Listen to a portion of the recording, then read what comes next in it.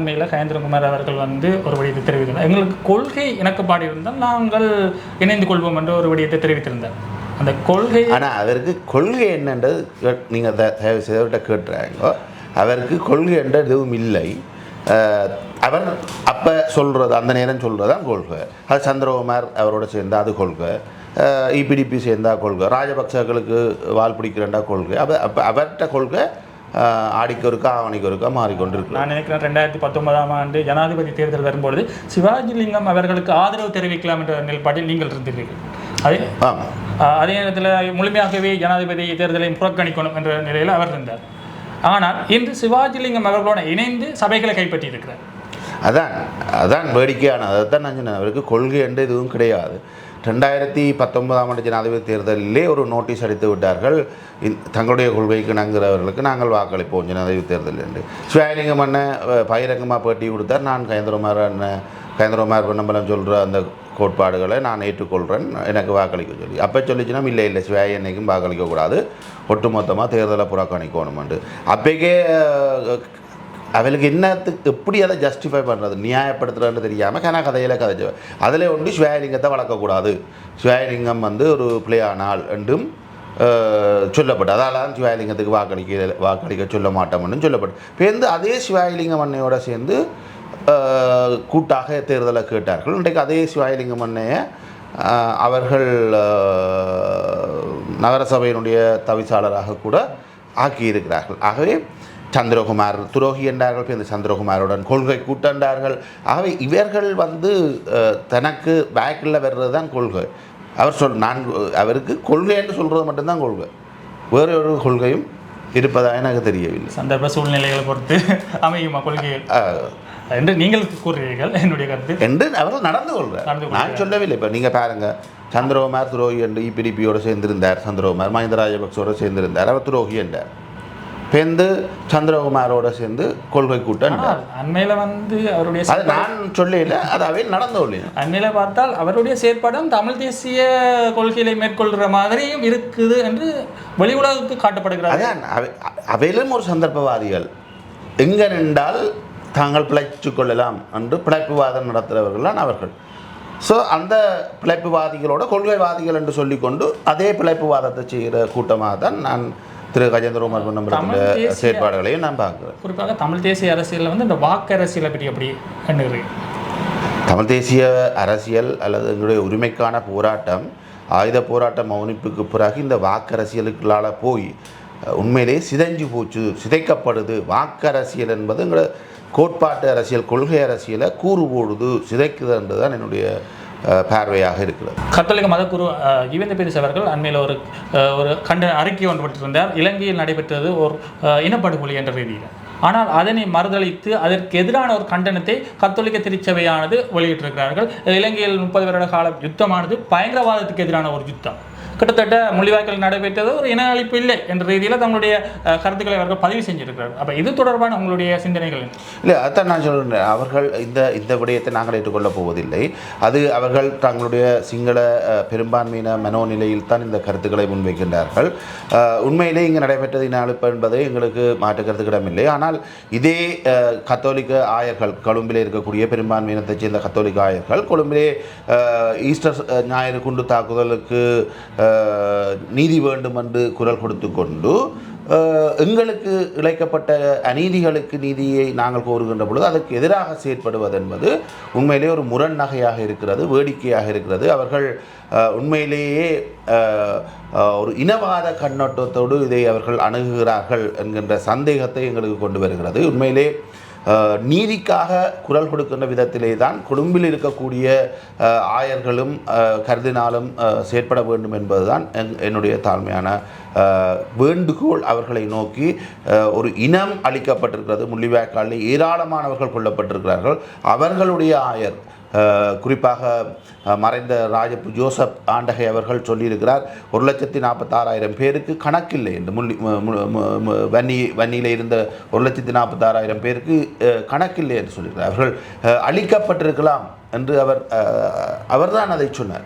ஆகவே அவர்கள் தங்களுடைய சொந்த திருச்சபையில் இருக்கக்கூடிய ஆயர்களுடைய கருத்துக்களை, தமிழ் மக்களை பிரதிநிதித்துவப்படுத்துகின்ற ஆயர்களுடைய கருத்துக்களை செவிமடுத்து கொழும்பில் இருக்கக்கூடிய திருச்சபைகளும் கார்டினலும் செயற்பட வேண்டும் என்பது என்னுடைய தாழ்மையான கருத்தாக இருக்கிறது. இதே நேரத்தில் உங்களோட ஒரு முக்கியமான கேள்வி, நீங்கள் ஏற்கனவே மாநகர சபையின் முதல்வராக இருந்த என்ற அடிப்படையில் முக்கியமாக என்ன கேள்வி என்றால், எங்களுடைய திருவள்ளுவர் கலாச்சார மண்டபம் இருக்குத்தானே, அந்த மண்டபம் நம்பிக்கை நிதியம் என்ற ஒரு இடத்தை உருவாக்கப் போகிறார்கள். ஆனால் அந்த நிதியத்துக்கு மாநகர சபை சார்ந்த சில பேர்களை முன்மொழி செய்திருக்கிறார்கள். அதே நேரத்தில் இன்னொரு புறமாக உத்தியோகபூர்வம் இல்லாத ஒரு விடயம் என்னென்னு பார்த்தால், என்பிபி கட்சியில் பிரச்சார மேடைகளில் அதிகமாக காணப்பட்டவர்களுக்கு முன்னுரிமை அளிக்கப்பட போகிறதா? இது தொடர்பான உங்களுடைய கருத்து என்ன? என்பிபியினுடைய நபர்களுக்கு முன்னுரிமை அளிப்பது என்பது மாநகர சபையினுடைய கட்டுப்பாட்டை அல்லது மாநகர சபையினுடைய செல்வாக்கை திருவள்ளுவர் கலாச்சார மண்டபத்திலிருந்து வெளியிலே எடுக்கின்ற ஒரு செயலாகத்தான் நான் இதை பார்க்கின்றேன். உண்மையிலே இந்த கலாச்சார மண்டபம் கட்ட ஆரம்பிக்கப்பட்ட பொழுது ஒரு ஒப்பந்தம் ஒன்று செய்து கொள்ளப்பட்டிருந்தது இந்தியாவுக்கும் இலங்கைக்கும் இடையிலே. அந்த ஒப்பந்தத்தின் அடிப்படையிலே மாநகர சபை கட்டடமானது கட்டப்பட்டது மாநகர சபைக்குரிய நிலத்திலே. மாநகர சபையிடம் முறையாக அனுமதி பெற்று மாநகர சபையால் அந்த கட்டடம் அந்த நிலம் கையளிக்கப்பட்ட ஆவணங்கள் எல்லாம் இருக்கின்றன. அதன் அடிப்படையிலே அந்த ஒப்பந்தத்திலே இலங்கை இந்திய ஒப்பந்தத்திலே சொல்லப்பட்ட விடயம் கட்டி முடிக்கப்பட்டதும் இந்த கலாச்சார மண்டபம் மாநகர சபையிடம் ஒப்படைக்கப்பட வேண்டும் என்றும் அதை நிர்வகிப்பதற்கு ஒரு இணைந்த முகாமைத்துவ குழு ஜாயிண்ட் மேனேஜ்மெண்ட் கமிட்டி என்று ஆங்கிலத்திலே குறிப்பிட்டிருக்கிறார்கள். அந்த இணைந்த முகாமைத்துவ குழு ஒன்றை நியமிப்பதென்றும் அந்த ஒப்பந்தத்திலே இருக்கிறது. அந்த முகாமைத்துவ குழுவிலே யார் யார் அங்கம் வகிக்கலாம் என்பது தொடர்பிலும் ஏற்பாடுகள் செய்யப்பட்டிருக்கிறது. அந்த குழுவிலே மாகாண சபையினாலே நியமிக்கப்படுபவர், மத்திய அரசாங்கத்தின் பொருளாதார அமைச்சினாலே நியமிக்கப்படுபவர்கள், அதே போன்று மாநகர சபையாலே நியமிக்கப்படுபவர்கள் என்று அந்த இந்திய தூதரகத்தாலே நியமிக்கப்படுபவர்கள் என்று குறிப்பிடப்பட்டிருக்கிறது. அந்த நபர்கள் தான் அந்த ஜாயிண்ட் மேனேஜ்மெண்ட் கமிட்டியிலே இருக்க முடியும். அதே போன்று இப்பொழுது உருவாக்கப்பட்டதாக சொல்லப்படுகின்ற நம்பிக்கை நிதியம் தொடர்பில் எந்த விவரிப்புகளும் அதிலே இல்லை. உண்மையிலே அந்த நம்பிக்கை நிதியம் அந்த ஒப்பந்தத்தை செயற்படுத்தினால் நம்பிக்கை நிதியம் என்ற ஒன்று தேவையில்லை. காரணம், மாநகர சபையிடம் இந்த கட்டிடம் கையளிக்கப்பட்டால் மாநகர சபையினுடைய கணக்கு பகுதியின் ஊடாகத்தான் இந்த வரவுகள் செலவுகள் கையாளப்பட வேண்டுமே தவிர அதற்கென்று ஒரு தனியான நம்பிக்கை நிதியம் உருவாக்க வேண்டிய தேவை இல்லை. ஆகவே இந்த நம்பிக்கை நிதியத்தை உருவாக்கியதன் நோக்கம் கூட மாநகர சபையிடமிருந்து திருவள்ளுவர் கலாச்சாரத்தை மையத்தை பிடுங்கி எடுக்கின்ற ஒரு கபட நோக்கமான ஒரு விடயமாகத்தான் இருக்கிறது. இது ராஜபக்சர்கள் கொடுங்கோலர்கள் என்று சொல்லிக்கொண்டு ராஜபக்சர்கள் செய்த அந்த வேலையை தான் இப்பொழுது என்பிபியும் செய்ய முனைகிறது என்பது. தாங்கள் நல்லவர்கள், தாங்களை சமூக மீட்பவர்கள், தாங்கள் இனவாதிகள் அல்ல என்று சொல்லிக்கொண்டு அதே பாணியில் அல்ல அதைவிட மோசமாக என்பிபி செயற்பட்டு இந்த நிதியத்தை உருவாக்குவதன் ஊடாக மாநகர சபையினுடைய அனைத்து அதிகாரங்களையும் அவர்கள் பிடுங்கி எடுக்கிறார்கள். நான் மாநகர முதல்வராக இருந்த பொழுது நான் உடனடியாக என்னிடம் ஒரு கிட்டத்தட்ட அச்சுறுத்துகின்ற பாணியிலே இந்த கட்டிட தொகுதியை மத்திய அரசாங்கத்துக்கு கையளிக்க வேண்டும் என்ற கோரிக்கை விடுக்கப்பட்டது. என்னை அலரி மாளிகைக்கு அழைத்து இந்த கோரிக்கையை முன்வைத்தார்கள். நான் அந்த அலரி மாளிகையிலேயே நான் சொன்னேன், ஒரு காலமும் நான் சம்மதிக்கப் போவதில்லை. மாநகர சபை இந்த கட்டிடத்தை மத்திய அரசாங்கத்துக்கு கையளிப்பதற்கு எங்களுக்கு பூரணமான தகுதி இருக்கிறது, ஆளுமை இருக்கிறது, இயலுமை இருக்கிறது, எங்களாலே இந்த கட்டிட தொகுதியை நிர்வகிக்க முடியும் என்று நான் சொல்லியிருந்தேன். அது மாத்திரமல்ல, உடனடியாகவே நான் தான் அந்த கூட்டத்திலே கோரிக்கை விட்டிருந்தேன். இந்திய அரசாங்கம் எங்களுக்கு நிதி இல்லை என்றால் இந்திய அரசாங்கம் நீங்கள் தாருங்கள் என்று நான் அந்த கூட்டத்திலேயே இந்திய துணை தூதுவர் கொழும்பில் இருந்த துணை தூதுவர் அந்த கூட்டத்தில் இருந்தார். அவரிடம் நான் நேரடியாக கோரிக்கை விட்டேன், நீங்கள் எங்களுக்கு காசு தாருங்கள்.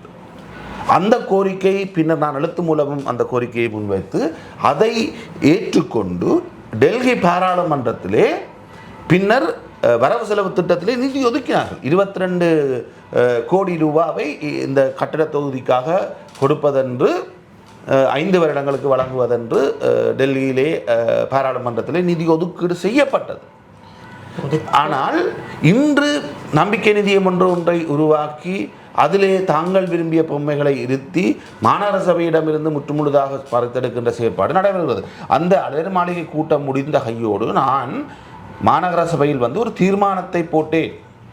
இன்றைக்கும் இந்த திருவள்ளுவர் கலாச்சார மண்டபத்தை நாங்கள் மத்திய அரசாங்கத்திடம் கையளிக்கக்கூடாது, அதுக்கு மாநகர சபை உடன்படாது என்று ஒரு தீர்மானத்தை ஏகமனதாக கட்சி வேறுபாடுகள் என்று அப்போதிருந்த அனைவரும் ஒன்றாக நாங்கள் அந்த தீர்மானத்தை நிறைவேற்றி இருந்தோம். அந்த தீர்மானம் இன்றும் இருக்கிறது, அதுக்கு வலுவும் இருக்கிறது. ஆனால் அதையெல்லாம் புறந்தள்ளி இன்று வரை கலாச்சார மண்டபம் திறந்து வைக்கப்படவில்லை. பேரளவில் திறந்தாலும் மக்கள் பாவனைக்காக திறக்கப்படவில்லை. அவ்வப்போது இசை நிகழ்ச்சிகளுக்கும் அந்த நிகழ்ச்சிகளுக்குமாக அங்கே இருக்கக்கூடிய கலையரங்கம் பயன்படுத்தப்படுகிறது தவிர அதில் இருக்கின்ற வேறு எந்த ஒரு கட்டிட தொகுதியும் பயன்படுத்தப்படவில்லை. இது ஒரு மிகவும் துரதிருஷ்டவசமான ஒரு இனவாத கண்ணோட்டத்தின் அடிப்படையிலே நகர்த்தப்படுகின்ற செயற்படுத்தப்படுகின்ற ஒரு விடயமாகத்தான் நான் இதை பார்க்கின்றேன். நீங்கள் ஒரு கேள்வி கேட்டிருந்தீர்கள், ஆளுநருக்கு மாநகர சபையிலே தலையிட முடியுமா என்று. உண்மையிலே ஆளுநருக்கு தலையிட முடியாது. மாநகர சபைக்கு மேலே இருக்கக்கூடிய பொடியாக மாகாண சபை இருக்கிறது. மாகாண சபையினுடைய உள்ளூராட்சி அமைச்சருக்குத்தான் முழு அதிகாரம் இருக்கிறது. உள்ளூராட்சி அமைச்சர் தான் உள்ளூராட்சி விடயங்களுக்கு பொறுப்பானவராக இருக்கின்றார். துரதிருஷ்டவசமாக மாகாண சபை இல்லை. மாகாண சபையை இயங்க விடுவதற்கும் தென்னிலங்கை அரசுகள் யாருமே தயாராக இல்லை. அது ராஜபக்சர்களாக இருக்கலாம், அது ரணில் விக்ரமசிங்கனுடைய கட்சியாக இருக்கலாம், மைத்ரிபால சிறிசேனவாக இருக்கலாம், இன்று இருக்கக்கூடிய என்பிபியாக இருக்கலாம். இவருமே மாகாண சபையை முன்னெடுக்க அவர்கள் தயாராக இல்லை. ஏனென்றால் மாகாண சபை 2018ஆம் ஆண்டு கலைக்கப்பட்டதுக்கு பிறகு வடக்கு மாகாண சபை கலைக்கப்பட்டது. அதே போன்று அனைத்து மாகாண சபைகளும் செயலிழந்தன. செயலிழந்த பிறகு 2018 ரணில் விக்ரமசிங்க மைத்ரிபால சிறிசேன கூட்டாட்சி இருந்தது. அதற்கு பிறகு ராஜபக்சர்களுடைய ஆட்சி இருந்தது. அதுக்கு பிறகு இப்பொழுது என்பிபியினுடைய ஆட்சி இருக்கிறது. ஆகவே எவருமே எந்த சிங்கள அரசியல் தலைமையும் மாகாண சபையை இயங்க விடுவதற்கு தயாரில்லை. ஒரு இல்லாத அதிகாரத்தை கூட தமிழ் மக்கள் பிரயோகிக்கக்கூடாது என்பதற்காகவே வினவாத கண்ணோட்டத்தோடு செய்கிறார். இன்று மாகாண சபை இல்லாத நிலையில் மாகாண உள்ளூராட்சி அமைச்சருக்கு இருக்கக்கூடிய அதிகாரங்களை ஆளுநர் இப்பொழுது பிரயோகிக்கின்றார். அந்த வகையில் தான் ஆளுநருடைய அதிகாரமும் செல்வாக்கும் இந்த இடத்துக்குள்ளே வருகிறது. அந்த வகையிலே ஆளுநருக்கு மாநகர சபைக்கு உத்தரவுகளை பிறப்பிப்பதற்கு எந்த அதிகாரமும் கிடையாது. ஆளுநர் மாகாண சபையில் ஏதாவது முறைகேடுகள் இருந்தால் உள்ளூராட்சி அமைச்சராக இப்பொழுது அமைச்சை நிர்வகிக்கின்ற ஆளுநர் இப்பொழுது அது தொடர்பான விசாரணைகளை நடத்த முடியுமே தவிர மாநகர சபைக்கு கட்டளைகளை போட முடியாது. அதே போன்று சில நிதி விடயங்களில் சில இடங்களிலே நாங்கள் கெசட்டில் இருக்கக்கூடிய கட்டண அறவீடுகளிலே ஏதாவது வரி விலக்கு அல்லது விலக்குகளை நாங்கள் ஏதோ ஒரு சம்பவத்துக்காக விட்டு கொடுக்க வேண்டுமாக இருந்தால் அதற்கான அனுமதியை ஆளுநரிடம் நாங்கள் பெற வேண்டும். ஆளுநர் என்பது மாகாண அமைச்சின் உள்ளூராட்சி அமைச்சின் விடயங்களை இப்பொழுது கையாளுகின்ற நபர் என்ற அடிப்படை. அந்த வகையில் தான் ஆளுநருடைய அதிகாரம் உள்ளூராட்சி அமைச்சுகளில் இருக்கிறதே தவிர ஆளுநர் ஒரு கட்டளையை பிறப்பிக்க முடியாது. நான் மாநகர சபையினுடைய முதல்வராக இருந்த சமயம் அப்பொழுது ஜீவன் தியாராய என்பவர் ஆளுநராக இருந்தார். அவர் நேரடியாக பல்வேறு அழுத்தங்களை கொடுத்த பொழுதும் நாங்கள் மாநகர சபையிலே அவருடைய அழுத்தங்களுக்கு அடிபணியவும் இல்லை, விட்டுக் கொடுக்கவும் இல்லை. குறிப்பாக ஆரிய குலத்தை அங்கே கொடுக்க வேண்டும், ஆரிய குலத்தை வெசாக்னியை விட வேண்டும், ஆரிய குலத்திலே 4 மத பிரார்த்தனை ஒலி பரப்ப வேண்டும் என்றெல்லாம் மக்களுக்கு கடிதம் போட்டார். அதை அவலத்தையும் நாங்கள் தூக்கி கடாசி விட்டோம். நாங்கள் எந்த ஒரு அனுமதியையும் அவருக்கு நாங்கள் வழங்கவில்லை. அதனாலே எங்களோடு மிக கடுமையாக முரண்பட்டவர் திரு ஜீவன் தயாராய. ஆனால் ஆளுநர் முறையற்ற விதத்திலே மாநகர சபையினுடைய செயற்பாடுகளிலே தலையிட முடியாது என்பதுதான் என்னுடைய கருத்தாக இருக்கிறது. நீங்கள் பார்த்தால் மாநகர சபையால் இயலும்னு சொல்கிறீங்க. ஆனால் சுப்பிரமணிய பூங்கா ஒன்று இருக்குது யாழ்ப்பாணம் மையப்பகுதியில். அந்த சுப்பிரமணிய பூங்கா பார்த்தா வறட்சி கண்டு காணப்படுகிறது. யாழ்ப்பாணத்தின் ஒரு முக்கியமான இடத்துல இருக்கிற அதையே பராமரிக்க முடியாத மாநகர சபையால் எவ்வாறு இந்த கலாச்சார மண்டபத்தை பராமரிக்க முடியும் என்று சொல்கிறீங்க? இல்லை, அது இப்பொழுது இருக்கக்கூடிய நிர்வாகத்தினுடைய பலவீனமே தவிர ஒட்டுமொத்தமாக மாநகர சபையிலே யார் வந்தாலும் முடியாது என்பது இல்லை. ஒரு பலவீனமான இலங்கையிலே ஒரு பலவீனமான ஆட்சியாளர் இருக்கிறார் என்றால் அந்த இலங்கையாலேயே இயலாது என்று சொல்ல முடியாது தானே. ஒரு சரியான லீடர் அங்கே இருந்தால் அது சரியாக நாட்டை வழிநடத்த முடியும். அதே போன்றான் எல்லா நாடுகளும் எல்லா கட்டமைப்புகளும். ஒரு வங்கியாக இருக்கலாம், அல்லது ஒரு ஊரில் இருக்கக்கூடிய ஆலயமாக இருக்கலாம். அங்கே தெரிவு செய்யப்படுகின்ற தலைவர் மிகச்சிறப்பாக செயற்பட்டால், அதை அந்த நிர்வகிக்கின்ற பொறுப்பாளர் மிகச்சிறப்பாக செயற்பட்டால், அந்த ஆலயமாக இருக்கலாம், சனசமூக நிலையமாக இருக்கலாம், நாடாக இருக்கலாம், உள்ளூராட்சி மன்றமாக இருக்கலாம், அது சிறப்பாக செயற்படும். இன்று இருக்கின்ற அதிகாரத்தில் இருக்கின்றவர்கள் ஆணையாளராக இருக்கலாம் அல்லது முதல்வராக இருக்கலாம், அவர்களுடைய செயற்திறன் இன்மைக்காக ஒட்டுமொத்தமாக மாநகர சபையிடமிருந்து எல்லாத்தையும் பறித்தெடுத்து விட வேண்டும். இனிமேல் யாழ்ப்பாணத்தில் எவர் ஆட்சிக்கு வந்தாலும் அவருக்கு செயற்பாட்டு திறன் இல்லை, செய்ய மாட்டார்கள் என்ற ஒரு முடிவுக்கு வர முடியாது. மிக பிரதானமாக அவர்கள் சொன்ன விடயம், எங்களுக்கு இயலாது என்று அவர்கள் சொன்ன விடயம், மாநகர சபையிடம் நிதி இல்லை என்பதுதான். அங்கே இருக்கக்கூடிய தலைவருக்கு பொறுப்பு கெப்பாசிட்டி இல்லை என்று சொல்ல முனையவில்லை அவர்கள். மாநகர சபைக்கு அந்தளவுக்கு நிதி பலம் இல்லை என்று. ஆனால் நான் எங்களுடைய வரவு செலவு திட்டத்தை நான் சொல்லி அடுத்த வரவு செலவு திட்டத்திலே நான் ஒதுக்கியிருந்தேன். ஒரு 100 மில்லியனை கலாச்சார மண்டபத்தினுடைய பராமரிப்புக்கென்று நான் ஒதுக்கினேன். ஏனென்றால் எங்களுடைய வரவு செலவு திட்டத்தினுடைய தொகை 1400 மில்லியனுக்கு மேல். அந்த 1400 மில்லியனுக்கு மேல் எங்களுடைய வரவு செலவு திட்டம் இருக்கின்ற பொழுது ஒரு 100 மில்லியனை நாங்கள் இந்த கலாச்சார மண்டபத்துக்காக ஒதுக்க முடியாது என்று இல்லை. அதனால் நான் உடனடியாக அடுத்த வருட பட்ஜெட்டிலே இந்திய அரசாங்கம் மத்திய அரசாங்கம் காசு ஒதுக்க முன்பாகவே எங்களுடைய பட்ஜெட்டிலே நான் போட்டு காட்டினேன். திருவள்ளுவர் கலாச்சார மண்டபத்தை பராமரிப்பதற்காக 100 மில்லியனை ஒதுக்கினேன்.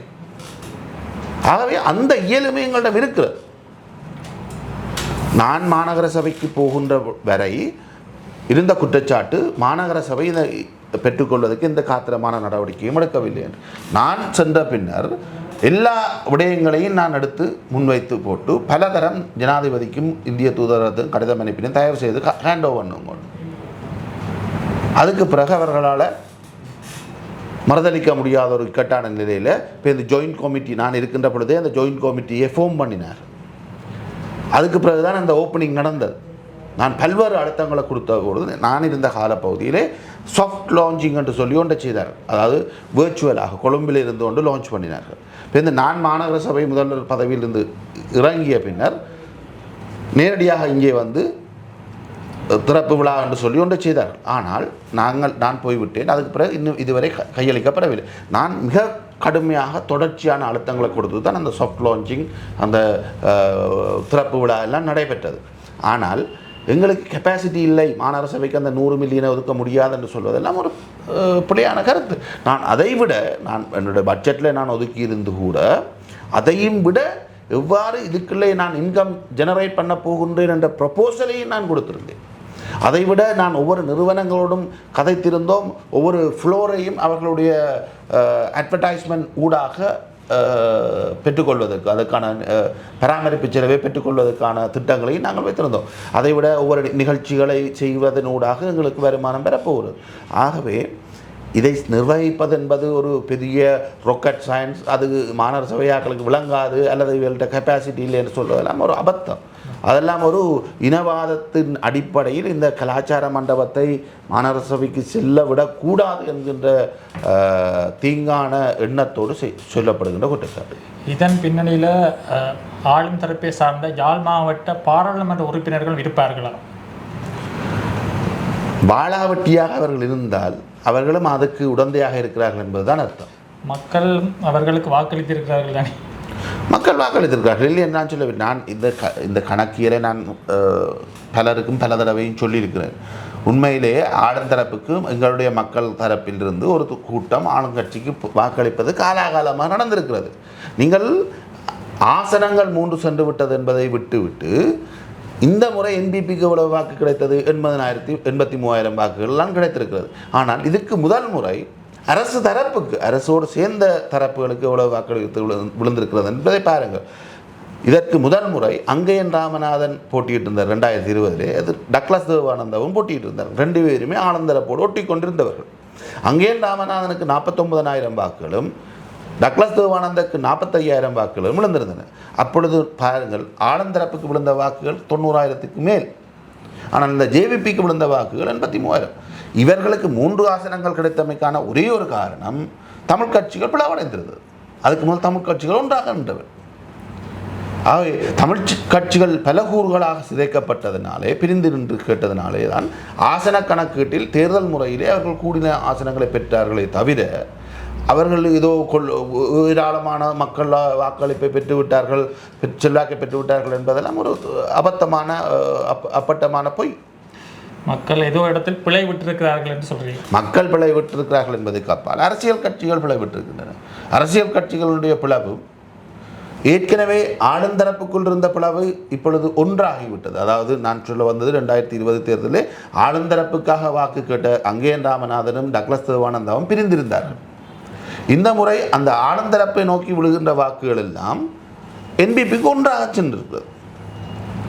ஆகவே அது 83,000 வாக்காக போக தமிழ் கட்சிகள் சிதைவடைய அவர்களுக்கு 3 ஆசனம் கணிப்பட்டிலே போய்விட்டது. தமிழ் கட்சிகள் மீது ஒரு குற்றச்சாட்டு, இந்த வெறுப்பரசியலை அதிகமாக காட்டினார்கள். மக்களுடைய தேவைகளை இந்த மேடைகளில் கதைக்காமல் வெறுப்பரசியல் தான் அதிகமாக காட்டியிருந்தாங்க. இதன் விளைவுதான் ராமநாதன் அர்ச்சுனா என்ற ஒரு நபர் இந்த பாராளுமன்றத்துக்கு உள்நுழைவதற்கும் காரணமாக இருந்தது. நிச்சயமாக தமிழ் கட்சிகளுடைய செயற்பாடுகள் மக்களுக்கு விரக்தியை ஏற்படுத்தியிருந்தன. குறிப்பாக பல கூறுகளாக சிதைவடைந்திருந்தமை, அதைவிட மற்றைய தரப்பு சீரழி அடித்தமை போன்ற விடயங்களினாலே அதே பல அழுத்து போன பலத்த அரசியல்வாதிகளே தொடர்ந்தும் தங்களை பிரதிநிதிகளாக்குமாறு மக்களிடம் திருப்பி கேட்ட பொழுது மக்கள் புதுமுகம் தேவை என்ற ரீதியிலே வேறு விதமாக வாக்களித்து விட்டார்கள். இந்த இடத்தை நிரப்புவதற்காக வருங்காலத்தில் அல்லது தற்போதைய மாகாண சபை தேர்தல் நடைபெற்றால் மணிவண்ணன் அவர்கள் இறங்குவாரா? நான் மாகாண சபை தேர்தல் நடைபெற்றால் 90% நான் அதில் போட்டியிடுவதற்கான வாய்ப்புகள் இருக்கின்றன. ஆனால் மக்கள் தெரிவு செய்வார்களா இல்லையா என்பது எனக்கு தெரியாது. ஆனால் மக்கள் தெரிவு செய்தாலும் தெரிவு செய்யாவிட்டாலும் எங்களுடைய பணி தொடரும். இதே நேரத்தில் இன்னொரு முக்கியமான கேள்வி என்னென்னு பார்த்தால், தமிழ் சட்டத்தரணிகள் ஒன்றிணைந்து கொழும்பில் ஒரு முக்கியமான கூட்டங்களை கூட்டியிருந்தார்கள். என்னென்று பார்த்தால் தமிழ் கட்சிகளை ஒன்று இணைப்பது தொடர்பாக அதிலிருந்து கயந்திரகுமார் அணியினர் வெளியேறினார்கள். ஆயினும் நீங்கள் அந்த கூட்டத்தில் கலந்து கொண்டிருக்கிறீர்கள். இது தொடர்பாக உங்களுடைய நிலைப்பாடு என்ன? இல்லை, நாங்கள் அந்த கூட்டத்திலிருந்து எங்களை வெளியேற்ற வேண்டும் என்றுதான் அவருடைய கோரிக்கையாக இருந்தது. அதனால் தான் அவர் இப்பொழுது வெளியேறி இருக்கிறார். அவர் சொன்ன விடயம் பாராளுமன்ற பிரதிநிதித்துவம் இல்லாத கட்சியை இதுக்குள் வைத்திருக்கக்கூடாது என்று. அதே நேரம் நான் சொன்னேன், அதே நேரம் அவர் கொள்கை இல்லாதவர் என்று. அதே நேரம் அவர் கேட்ட சிவில் சமூகங்களை இதில் சேர்க்கவில்லை என்று. அப்போ 2 ஒன்று கொண்டு முறை சிவில் சமூகத்துக்கு பாராளுமன்ற பிரதிநிதித்துவம் இல்லை. அப்போ சிவில் சமூகத்தை கேட்கணும், பாராளுமன்ற பிரதிநிதித்துவம் இல்லாதபடியே எங்களை தமிழ் மக்கள் கூட்டணியை மட்டும் வெளியில் விடுங்கோ என்ற கோரிக்கை என்றது அவர் வெளிப்படையாக சொல்லியிருக்கலாம். மணிவண்ணன் இருக்கிற கூட்டத்தில் நாங்கள் வர மாட்டோம். அதை விட அவர்கள் எப்போவுமே ஒரு குழப்பத்தை செய்கின்ற ஒரு தரப்பு. எந்த ஒரு விடயத்தையாவது ஒற்றுமையாக செய்ய அவர்கள் விட்டிருக்கிறார்கள். நீங்கள் ஊடகவியலாளர்கள் என்ற ரீதியில் நீங்கள் அறிந்திருப்பீர்கள். ஏதாவது திலீவன் அண்ணன் என்ற நினைவு தினமாக இருக்கட்டும், அல்லது ஒரு பேரணி போகிறதா இருக்கலாம், அல்லது ஒரு போராட்டம் நடத்துகிறதா இருக்கலாம், அல்லது ஒரு அன்னை விபூதியின் நினைவு தினமாக இருக்கலாம், முள்ளிவாய்க்கால் நினைவு தினம், ஒன்றிலையுமே ஒரு ஒற்றுமையாக அல்லது மற்றாக்கூட சேர்ந்து போக மாட்டேங்க. ஆக அவர்கள் கொள்கை கூட்டண்டு பதவியை பிடிக்கிறதுக்காக இந்த சந்திரகுமார் எல்லாத்தையும் சேர்த்து வச்சது தான் அவன் கொள்கை. அப்போ கயந்திரகுமார் என்ற தரப்பின் ஆரம்ப காலத்தில் நான் உள்ளுக்கு இருந்த பொழுதும் நான் கடுமையாக போராடி இருந்தேன்.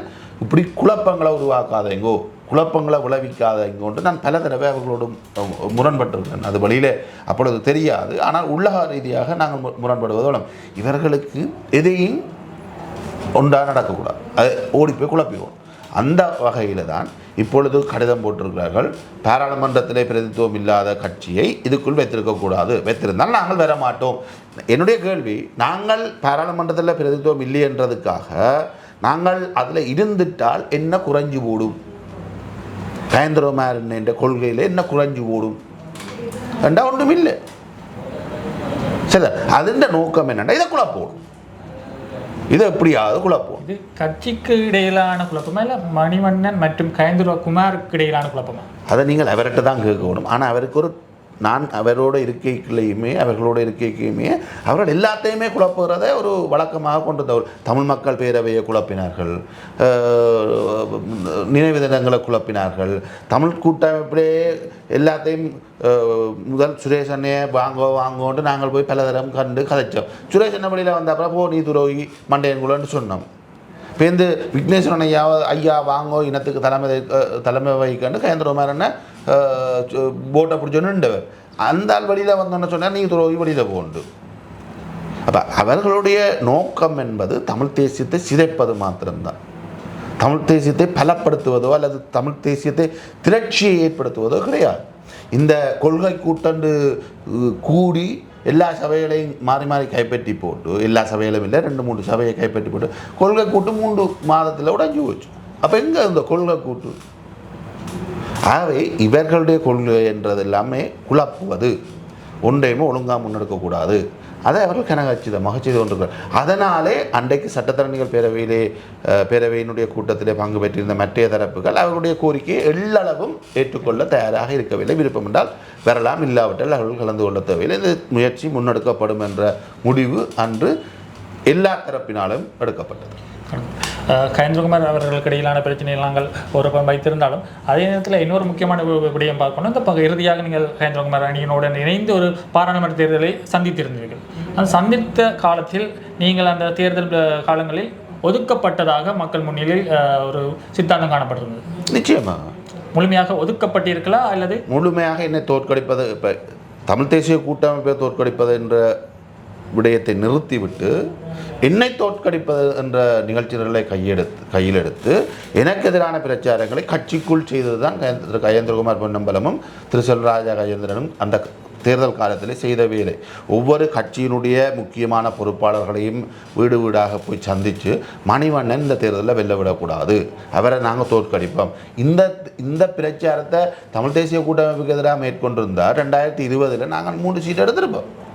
ஆனால் அவர்கள் ஒரு கட்டத்தில் அதை எல்லாத்தையும் விட்டுட்டு வேண்டாம், முதல் மணியை வெல்ல விடக்கூடாதாப்பா என்று எங்கட கட்சிக்காரர்கிட்ட ஒவ்வொருத்தட்ட வீடு பார்த்திவன்ற வீடாக இருக்கலாம், விஷ்ணுன்ற வீடாக இருக்கலாம், ஒவ்வொருத்தட்ட வீடாக போய் கட்சியில் இருக்கக்கூடிய பொறுப்பாளர்கள்லேருந்து அடிமட்ட தொண்டர்கள் வரை வீடு வீடாக சென்று மனத்தியால கணக்காக மினக்கட்டு எனக்கு வாக்கு சேகரிக்க வேண்டாம் என்று கோரிக்கை விட்டது தான் அவர்கள் செய்த புண்ணியம்.